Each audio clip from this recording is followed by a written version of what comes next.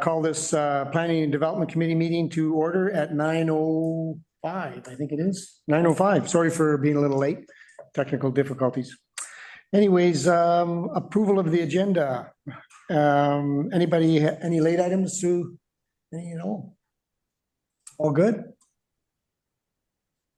Okay, maybe Dean, just a quick update on the OCP. Can I add that to the agenda? Just the approval of your agenda first, and then approval of the agenda. May I have a motion to approve the agenda?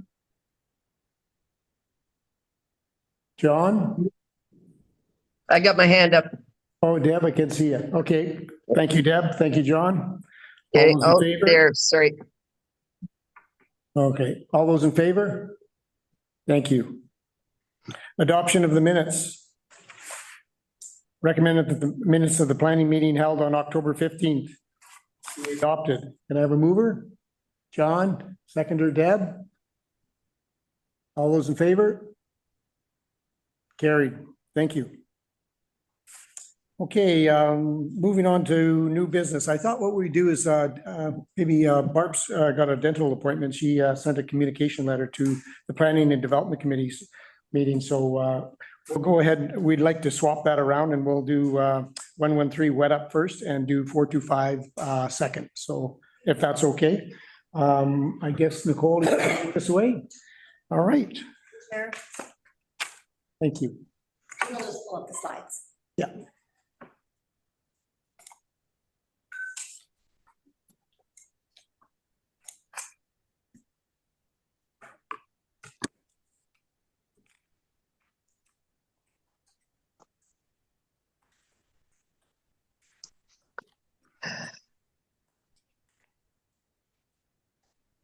I don't think that's, that looks like a PDF. There you go.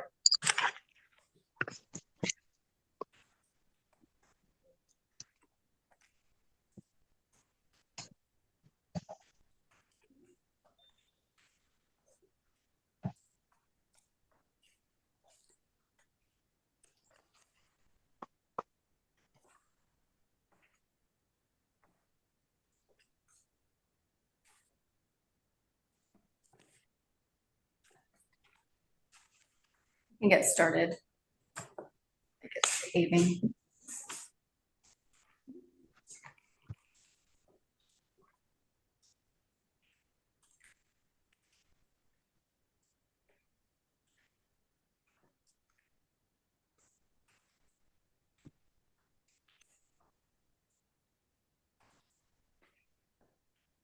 I threw you guys off. Oh, that's okay. Just, I don't know if it's not letting us open it properly.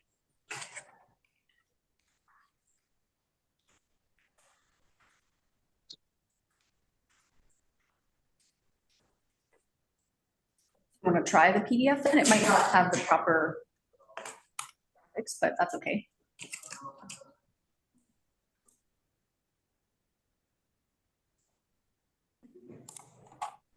Okay, we'll take it from here. Hopefully it's good. Next slide. Okay, so today we're going to talk about 113 Wetup. It also has a civic address of 1005 or 1009 Riverside Avenue. It's a hooked parcel across Riverside Avenue. And today we're going to talk about a rezoning, development permit, and potential development variance permit for that development. Okay, so this is the property outlined in teal, as I mentioned, hooked across Riverside and also adjacent to Wetup Street. And currently in the OCP, the property that is to the west of Riverside is Commercial Waterfront Town Center, and then the property that is on the east side of Riverside is Riverside Transitional Area. Both are zoned C3 waterfront commercial.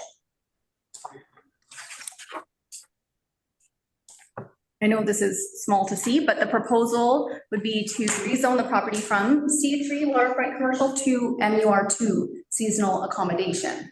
And I would say the biggest change, of course, with that is the commercial component, and MUR2 is multifamily residential and allows short-term rentals.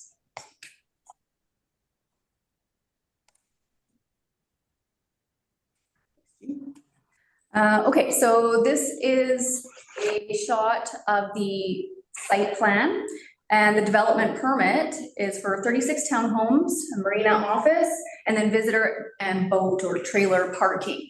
The boat and trailer parking would be on the east side of Riverside, and then the residential dwellings on the west side of Riverside. So in this drawing, we have an office shown closer to the marina. There's a public walkway that's proposed. That's a requirement of the District of Sicamous. They have their private internal road to provide access to the units. There's some shared amenities for this development, and then, of course, the parking on the other side. So a few variances or potential variances to mention. And first up, probably a variance to the landscape or buffering. And in this drawing, you can see the red line on the, I guess it's the very bottom of the page. So that would be the, yeah, there you go, June, the landscape or setback buffer. And then the other one that I have circled in, yeah, thank you, in red is the potential variance for the cul-de-sac configuration. So we're just waiting on civil design and what that looks like. And if there's any variances to the subdivision development servicing bylaw, we can bring those forth. But the developer has let us know that they're going to try to have as many, or as little, sorry, variances as possible. And this is kind of the only one that operations has flagged with them. Okay, so a little bit more about the MUR2 if it was to get rezoned to that. There's some general regulations in there that are very specific for this development. And one is the ground floor design. So the bylaw itself says for units facing the street, the major entrance shall face the street, be at grade with the adjacent sidewalk, not a big deal, and be designed to function as a commercial entrance. And so this proposal doesn't technically have any commercial component to it, except for the marina office near the back of the lot. That's going to serve the marina, of course, and then the boat and trailer parking on the east side of Riverside. So that's one piece. And then another one is another general regulation under MUR2, multi-unit dwelling on Riverside Avenue. Multi-unit dwellings must include a minimum of 50 meter squared commercial floor space. So that's just something that the committee and council would need to consider, as this is primarily multi-family residential, very little commercial component to it. And we have these very specific conditions in the zoning to consider. Next up, a watercourse development permit is required. In the application summary, we noted that we got a very unique response from the province where they said that they weren't going to review this one and rely on the QEP. And so we've been working with the QEP on this proposal. The latest is that they've got the walkway proposed, a couple paths down to the marina, of course, you have to have access to that, but otherwise looking okay. There's going to be potential small revision to the watercourse development or the riparian assessment afterward, but otherwise we were looking okay and the province wasn't interested in reviewing it. So really next steps and what we would propose is that the rezoning, if supported, go forward from C3 to MUR2. And then we could talk about the development permit. It's got to be commercial waterfront / Riverside transition, multifamily, all of those guidelines. And then kick into the development variance permit once we have a better idea of the civil design and what variances might be proposed there under the subdivision development servicing bylaw. Okay, that was a brief overview of that development. Okay, thank you very much, Nicole. Appreciate it. Do we have anybody in the gallery that wants to speak on behalf of the development, or are you just here to listen? Just here to answer any questions or any further clarifications if needed. Great. Nicole covered everything. Okay, thank you very much. Okay, planning committee, anybody have any questions or concerns? Go ahead there, Deb. Yeah.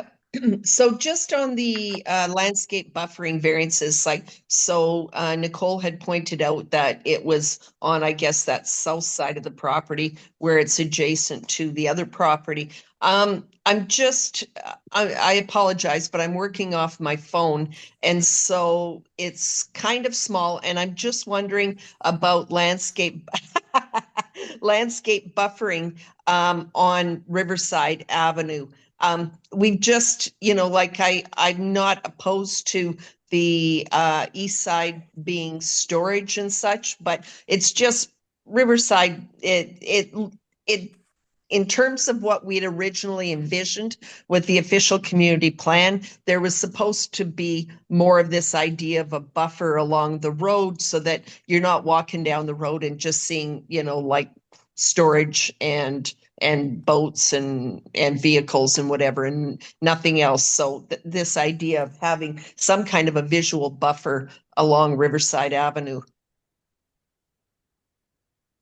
Okay, thanks for that, Deb.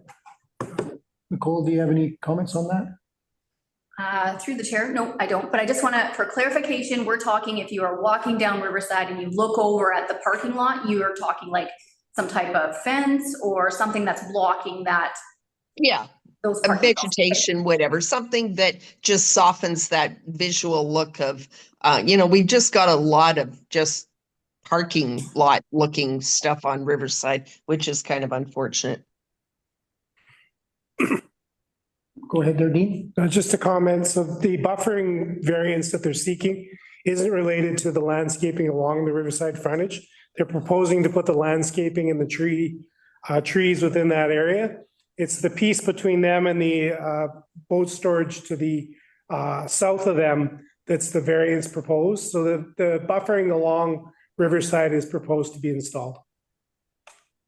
Okay, it's just, I get that. And sorry, I thought I'd commented on that, but it's not obvious to me from looking at it that there's much buffering on Riverside Avenue. But maybe it's just how it's looking on my phone. Okay, I'll just comment on that. So we're talking the entire, both properties on the south side? Or is it just on where the condos are? Through the chair, from what I understand, Deb's concerned with the visual from Riverside of the parking lot. So we're looking at not like an official variance from the zoning bylaw for landscape buffering or setbacks. It's more just the visual on Riverside. Yeah. Which should be, sounds like fencing of some sort or. So we've got a 3-meter landscape buffer that's there that's being depicted as being just grass. If we work with the developer to incorporate some shrubbery and some other components, make it a more robust landscape area, I think we can achieve that. I think that would actually in the long run be better for a parking lot than doing fencing. Like fencing along Riverside, you kind of notice how that becomes almost a fortressing of the roadway.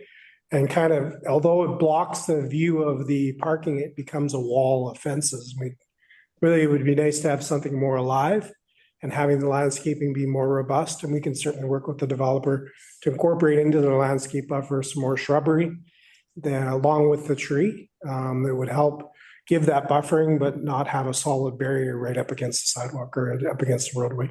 Great. Thank you, Dean. You got that, Deb? Yeah, I think that's exactly what I'm talking about. Okay. John, do you have anything there?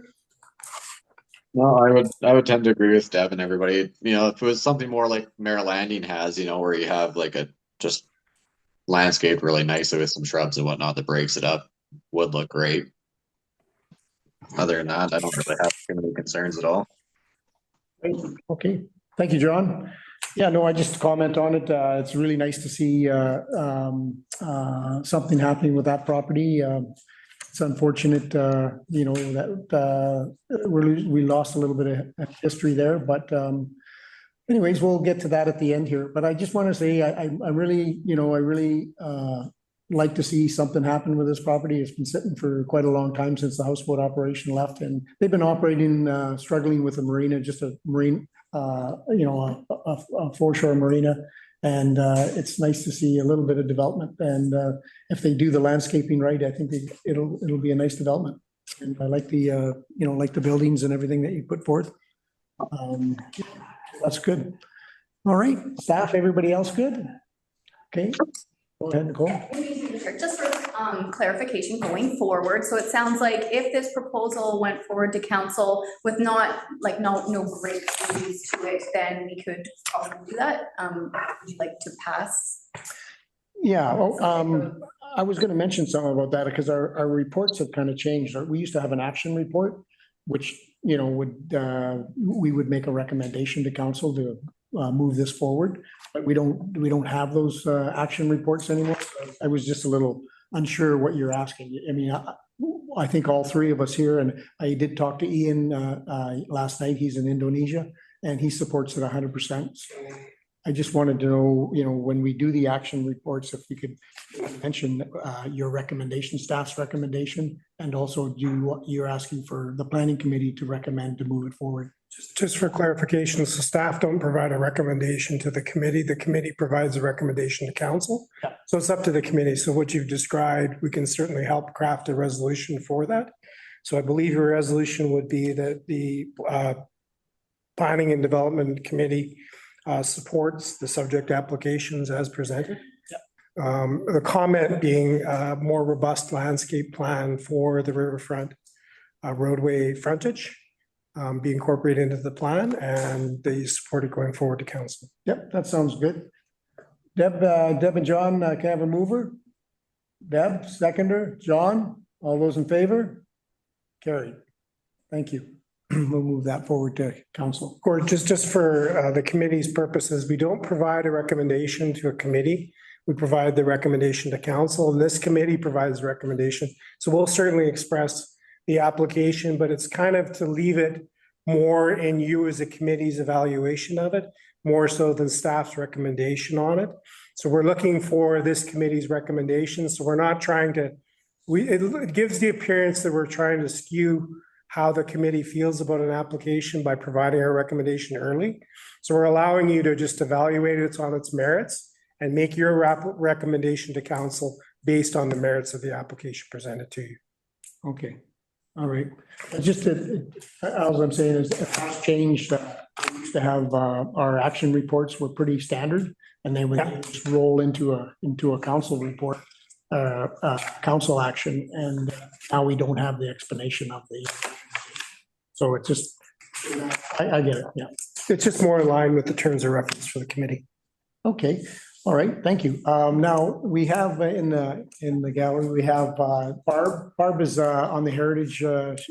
She's our town heritage go-to person. So she has just a little comment she'd like to talk about in regards to this development. Go ahead, Barb. No, you're on. Okay. My name is Barb Davidson. As some of you may recall, a couple of years ago, prior to being adopted by council, I brought the then draft Sick Moose Community Heritage Registry to this committee for your consideration. Currently, our Community Heritage Registry is voluntary, but council has the legislative authority to make it mandatory. The Community Heritage Registry lists over 55 sites identified by the public as having heritage value, which are further divided into an A list and a B list. As the first consecrated church in Sikkim, St. Peter's Anglican Church is on the A list, or was on the A list. I guess it's still on the list.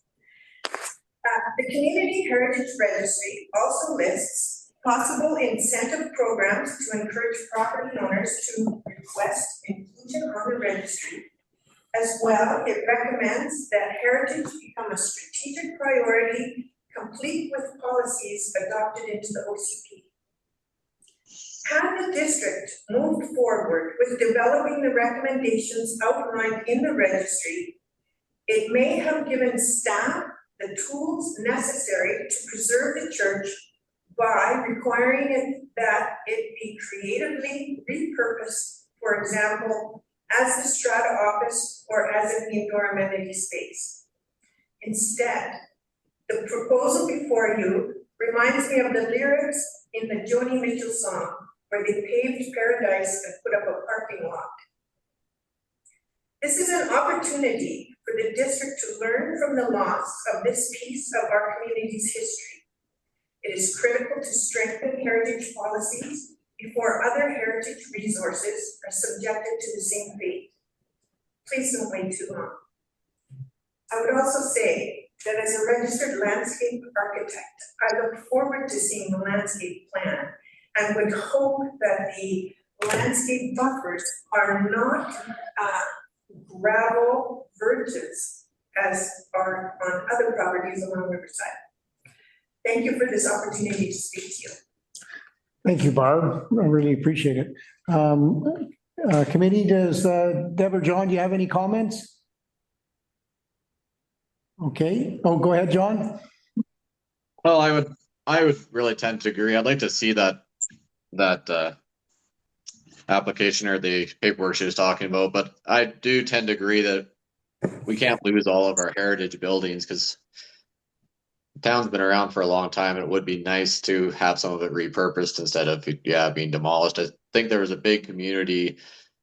A lot of people in the community were quite upset to see that building just demolished. So I do think we should definitely look at a way of saving some of those or repurposing in the future for sure. I would agree with Barb there. That's a necessary thing we should do. Okay, thank you, John. Deb, you okay?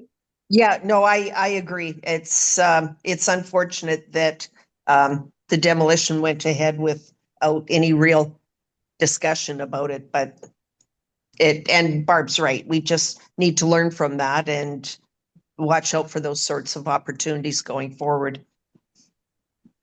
Okay, thank you, Deb. Go ahead, June. Thank you. Through the chair, just to provide a little context to that Anglican church, what is now demolished. Prior to its demolition, staff assisted the museum group where they have an interest for archiving of that museum to conduct a site visit, which was conducted. And staff assisted the retrieval of one of the metal panel that Chamber of Commerce and the Museum Society invested. So that has been retrieved. Also, prior to the demolition, we did some photography of the site, just briefly depicting the interior and an exterior of the vicinity. Those are just for the archival purposes. And as Barb mentioned, this was on the Heritage Registry A list with the particular remarks on in danger of demolition, or there was a remark in similar to that.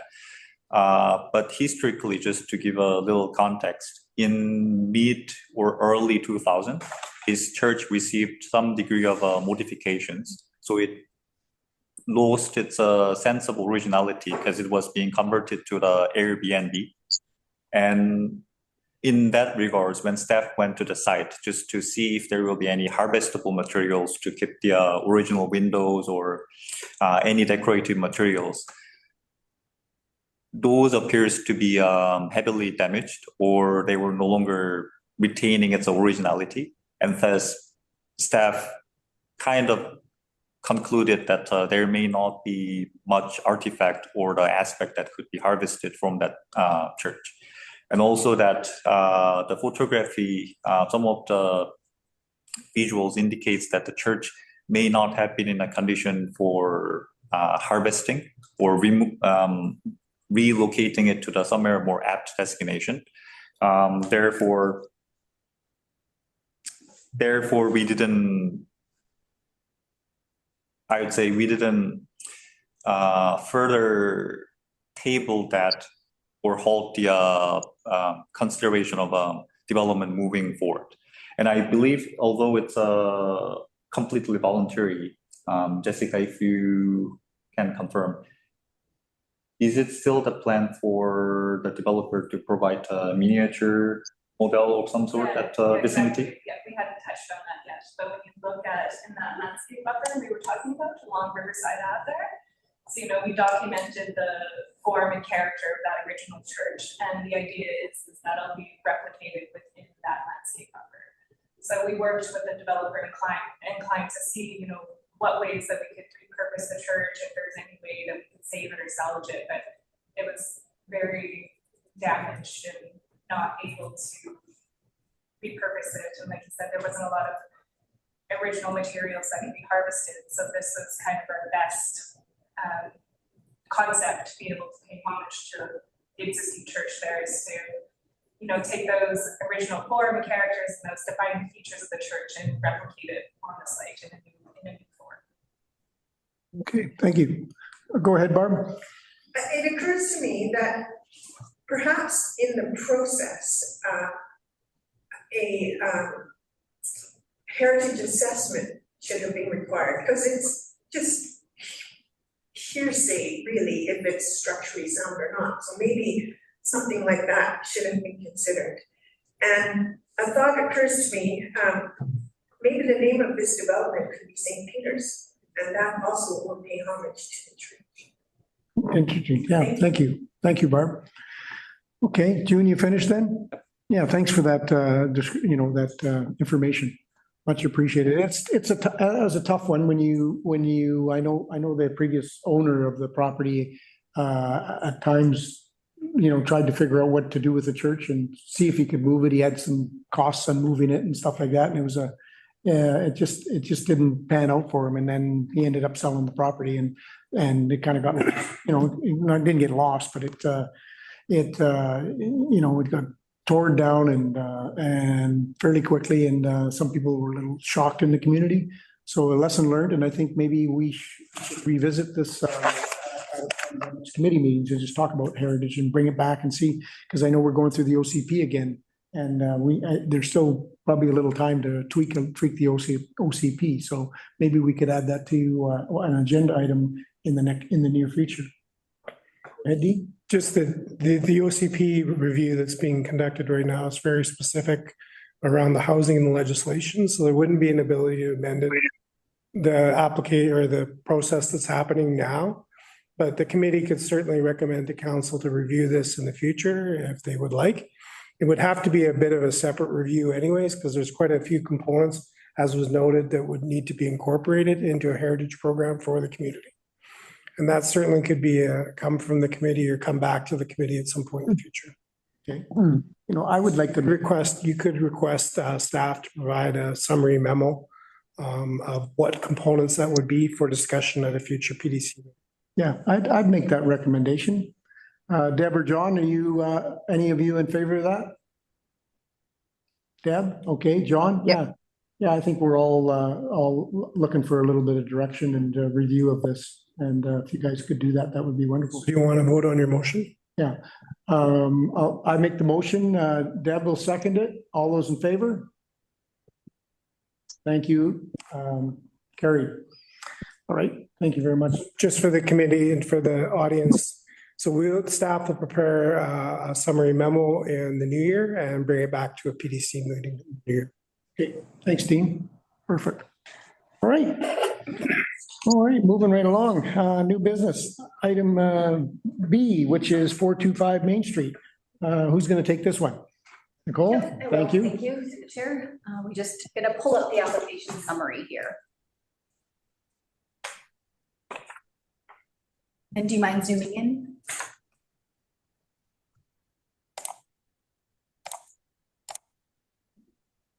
Thank you. Okay, so the property we're looking at is 425 Main Street. You should be pretty familiar with that one. The property in the map, property is outlined on the map there, June. And then if you scroll down. It's currently being constructed, obviously. There's an apartment building going in and one of the storage garages in the back of the property. Thank you. Okay, so the developer, now that they've had the building permit issued and they're well under construction, they have brought a development permit amendment to our attention. It addresses some of the things that have been required as part of the building permit. So we'll talk about those, and then one bigger change for consideration. So the first one for the amendment, the roof of the building has changed a bit. In the left-hand side, it had more of, I guess, a rounded structure or pointed structure, and now it's more flat. So they've reduced the height a bit. And some of the commercial area fronting Main Street has been reduced, and the reason for that is a mechanical room that was required in one of the units. So that's where that came from. And then the big one that I would like to mention is they're proposing a removal of one of the storage garages. So we understand from the developer, it just doesn't pencil out for them. They'll still have all of the parking stalls available. They'll just be painted lines, not an actual storage building. They are constructing the one in that photo to the right. They're constructing that right now. The storage lockers are still maintained in there. It's just that the other building they're proposing to remove. And then if you scroll down a bit more, we have a relocation of the transformer. That's a requirement of hydro. So there's not much that we can do about that. However, we could ask that, you know, it be as less visible as possible, that hydro would let us. And then a couple other small modifications. Sorry, June. Yeah. Relocating a few of the parking stalls. That's not a big deal. It's for fire access. Modification of an access ramp, things that probably wouldn't even notice. And then some cosmetic changes on the main building. So in general, a lot of this is to address the building permit that has been issued, just recognizing it in an amendment. And then the bigger decision would be support or not support of removal of one of the storage garages. Okay, thanks, Nicole. Oh, committee members, anybody have any comments or concerns? And see John there. Okay, go ahead, John. I'm just curious on why the other one's not penciling out. Like, what's the, is there any description on why they want to really remove it? Or is it just cost? Go ahead, Nicole. Yeah, to the chair, I'm not aware of anything further other than cost. I see. Because we have plenty of storage in town. I don't think storage is an issue. Yeah. Okay, thanks. Thanks, John. Deb, you're good? Okay. No, I really don't have any comments other than I probably understand that the construction costs are gone through the roof, and I know at the beginning when they proposed this, they were looking at renting those garages out, and maybe they haven't had a demand, and that's understandable. And being that it's a rental apartment, not an ownership apartment. So, yeah. So I support this going to, you would like a recommendation that moves forward to council? Okay, can I have is there a mover on that? Deb, seconder, John? Okay. All those, oh, sorry, go ahead, Dean. Go ahead with your vote first. All those in favor? Carried. Just a comment for the committee's purposes. These BC Hydro transformer boxes, this is very, very common with apartment buildings, and where they're located or proposed to be done in the plans quite often changes. And I've seen this many times in Kelowna, where the transformer location will alter the plans for the building and late in the game, because that design work is not necessarily completed until you actually get the building permit. So this is going to impact the commercial square footage, as they brought the wall of the main floor back in order to accommodate the transformer. So the commercial square footage reduction is noted, and the reasoning for that is the transformer location. There's not much the developer can do to deal with that. That is a necessary requirement, along with the additional mechanical room. Those are the rationale for why the commercial space is being altered. There may be a requirement for an alteration between the district's agreement and the developer, and we're having that reviewed right now, and we'll bring it forward as part of the components to council if that's necessary. Oh, great. Thanks, Dean. Thanks for that information. Okay, that's great. Well, we'll look forward to seeing that come into council. And then item C, Dean, just a little update on the OCP. You got anything you want to? The official community plan, we have a consultant working on the draft OCP update, as was presented to council earlier this year.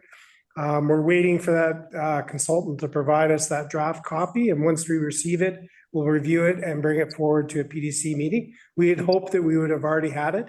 That was certainly part of our schedule. So we're at the mercy of our consultant, And as soon as they provide it, we'll get that review completed and bring it to the committee. Great, thank you very much.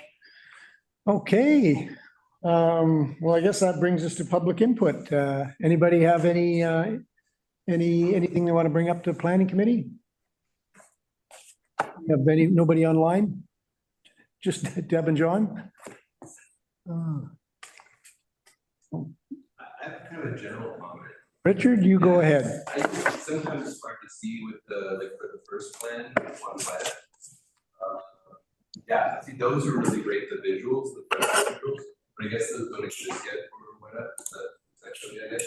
Because it's hard to conceptualize some of the stuff, the main comments that I heard were about like the visual aesthetic along Riverside, but then from the top-down views, you don't get the same. That's my only comment. Secondary visuals were much more easier to sort of see how it would look versus Top down. I don't know, but that may not exist yet. Go ahead. Oh, go ahead, June. Thank you, through the chair. So what I'm trying to show here is one of the drawing package that was attached to the PDC agenda. So those high quality drawings and then the elevation are actually available through these documents. It's just a little large, it's a dense file for us to load it conveniently on a meeting.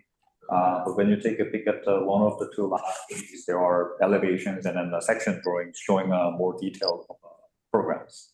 And then is that just through the agenda here? Yep. It's part of a memo and then the site plan, which is included in the PDC agenda.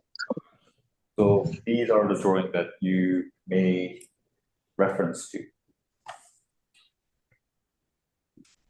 I think you're referring more to landscaping, are you? Yeah, well, just like how it would look, you know, because that was the concern, it's like how it would look or the visual with the buffer. Yeah. But just saying it's, you know, that's better to kind of get an idea. Okay, go ahead, June. Regarding the landscape comment, because of this application was this discussion for more of a preliminary and overall theme of the architectural component at the layout of the site. Yeah. Spending from the developer's perspective, spending a lot of money and investing resources to the landscape for its rendering and almost at the final stage. Right. It's a little bit difficult, and it often the landscape, depending on how the future discussion with the community on a development permit or development variance permit goes, landscape can be changed and sometimes quite a lot. So at this point of time, there is no almost to be completed landscape plan available, but these are just the conceptual level. So that will be developed and maybe attached to the development permit as part of the schedule. Okay, great. That's it. Deb and John, you're good. Okay, well, we'll adjourn. May I have a motion to adjourn? Deb, seconder John, all those in favor? Carried. Thank you very much for attending the planning meeting. Thank you.